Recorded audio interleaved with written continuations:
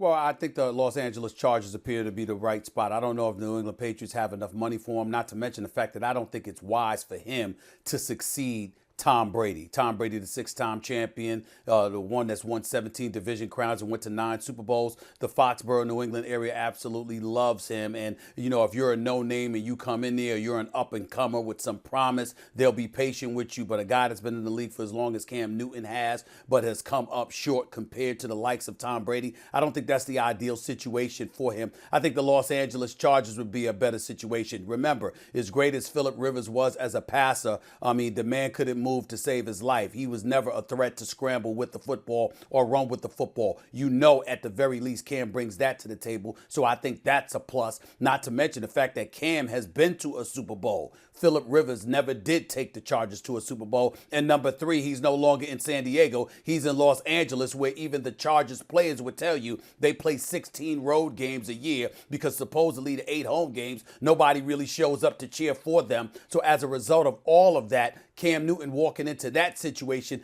definitely would be better for him than New England. The only other thing I'd like to say, Greeny, is this. The Carolina Panthers screwed over Cam Newton in terms of the timing in which they let him go. If you had let him go, you make this decision, you let him go weeks ago, then there would have been a plethora of teams available for him. But the fact that they waited this long to release him, they screwed him over. Nobody's mentioning that. So I will. Yeah, it's an interesting thought because it does bring up the notion, what does an organization owe to a player who has done as much for it as Cam Newton has? Do you believe that with everything that has happened and all that he's done for the Carolina Panthers, that they owed it to him to make that move, to give him a better chance to find a team rather than try and hold out some hope they might get something for him in a trade?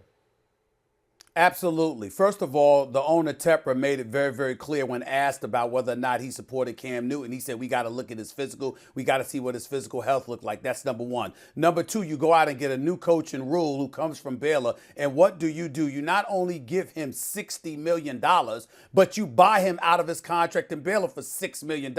Clearly, he was looking to move in a different direction at all. You knew way before a few days ago that Cam Newton wasn't your guy. So you definitely could have made the decision, not to mention the fact, where was Teddy Bridgewater going? He was available. This kid, P.J. Walker, for the Houston Roughnecks of the XFL. Where the hell was he going?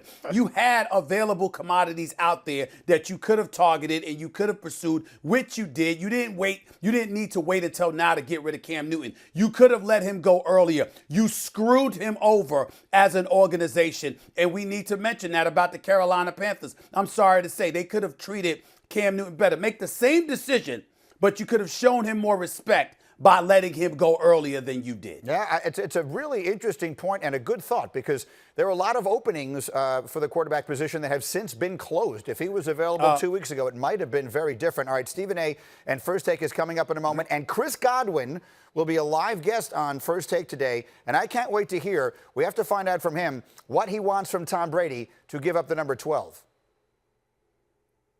No, I got news for you, Greeny. I'm usually giving good thoughts. It's the other guy, Max Kellerman, that struggles to give the audience what they want. I'm messing with my man right there. Fair enough.